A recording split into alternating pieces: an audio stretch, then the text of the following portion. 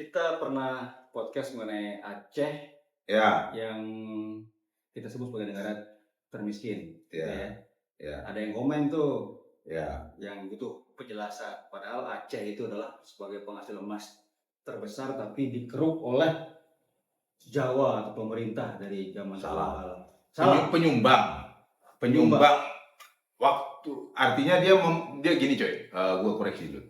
Mungkin lu lupa. Ya, dia bilang itu penyumbang emas terbesar. Betul. Dulu waktu Indonesia baru merdeka, waktu mau membeli pesawat atau sebelum merdeka ya, lupa gua. Tapi memang mau membeli pesawat itu Aceh sebagai salah satu penyumbang emas terbesar, terbanyak, bukan terbesar, terbanyak untuk membeli pesawat. Udah, itu aja. Sekarang emasnya kemana? Habis. Masih ada dong, nggak mungkin. Papua aja masih ada. Masa Aceh habis?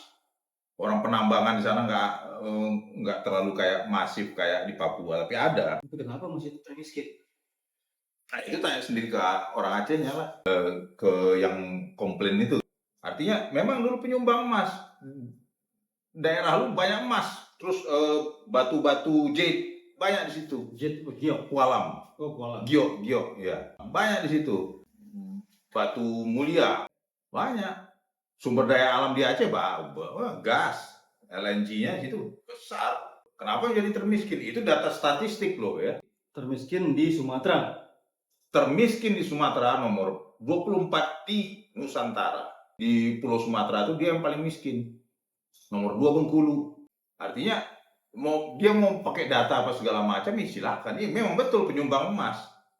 Karena Papua waktu itu belum masuk toh.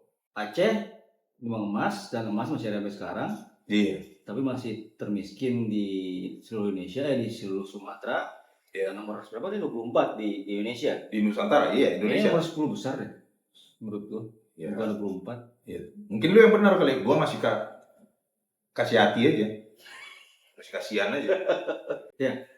Setelah itu kita kan bilang bahwa gubernurnya bahkan memberikan suatu pergub instruksi gubernur. Setiap azan mereka harus tutup toko. Ya udah termiskin, punya emas, inggup pula kan. Ya, gimana lumpuh ekonomi mereka. Itu yang kita mau bahas sebenarnya. Artinya urgensi inggup itu perlu nggak ya? Mungkin dari sisi keagamaan oke. Tapi dari sisi efektivitas kerja untuk mengejar ketermiskinan ini, itu yang dimaksud. Jadi salah besar kalau misalnya sembarangan nggak pakai data. Kita by data.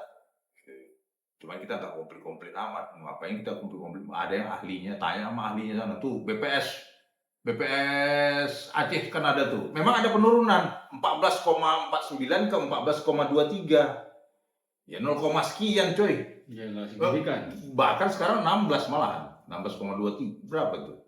Ya nggak signifikan lah. Penurunannya ada itu tahun 2023 kalau nggak salah. 2024 itu udah di BPS pusat nih 2024 semester 2 September 12,64 jumlah per tahun. Semester 2 September 14,9 ngeri. Ya gitu yang kita berikan data yang sebenarnya. Based pada data, bukan based pada feelings atau syariah atau agama, nggak ada. Urgensinya apa gitu? Sana udah otsus dalam daerah istimewa dengan menjalankan syariahnya, artinya kan semua sudah berjalan sesuai syariahnya. Untuk inggup itu sekarang untuk apa? Itu yang dipertanyakan, bukan masalah harus sholat berjamaahnya. Itu silakan, itu kan sudah ada di syariahnya agama kalian. Nah ini mesti satu keharusan oleh pemerintah. Ini tanpa ada kesadaran. Berarti kalau nggak digituin berarti nggak terjadi selama ini kan? Nggak ibadah mereka berarti. Nggak ibadah berarti kalau nggak ada inggup. Ibadah kok harus dipaksa kan nggak gitu. Satu. Kedua, sekarang itu daerah termiskin. Apakah itu urgent? Yang kebijakan yang kayak gitu, instruksi yang kayak gitu, itu yang dipertanyakan. Dengan daerah termiskin di Sumatera, nomor berapa antara ya masih inilah ya, Nomor 10, nomor 24.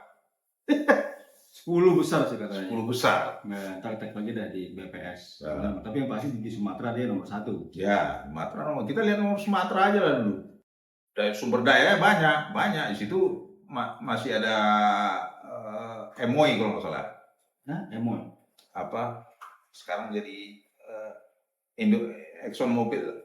Oh, Exxon Mobil. Ya, ada kan. Berarti oil and gas no? Iya, oil and gas itu di Lokso, Semawi. Bukannya seluruh oil and gas luar negeri udah diambil alih oleh Pertamina ya? Kayaknya Exxon masih ya. Exxon masih. Shell udah nggak ada Shell. Dulu kan udah di Dumai. Chevron Chevron memang udah habis kontrak. Kontraknya udah habis nggak diperpanjang. Bukan diambil alih, yang udah habis nggak diperpanjang ya diambil alih. Artinya diambil alih juga, tapi karena masa kontrak udah selesai. Aceh apa? Kurang apa Aceh? Emas ada, kandungan emas ada. Berarti kalau kandungan emas ada, jadi berlian juga ada. Nah, artinya uranium pasti ada di situ. Skalanya kecil atau besar nggak tahu. Batu gioknya ada. Tapi termiskin. Dan tambah pula instruksi gubernur menutup toko ketika azan. Artinya perekonomian akan makin lumpuh. Oke lah, kita gak usah ke situ. Urgent nggak itu? Apa? Atau memang karena orang Aceh udah bandal-bandal gitu ya, nakal-nakal gitu, makanya perlu instruksi gubernur kayak gitu. Barangkali nakal-nakal. Iya kan, itu loh. Hah? Ini berarti kalian harus kontemplasi diri sendiri. Kontemplasi.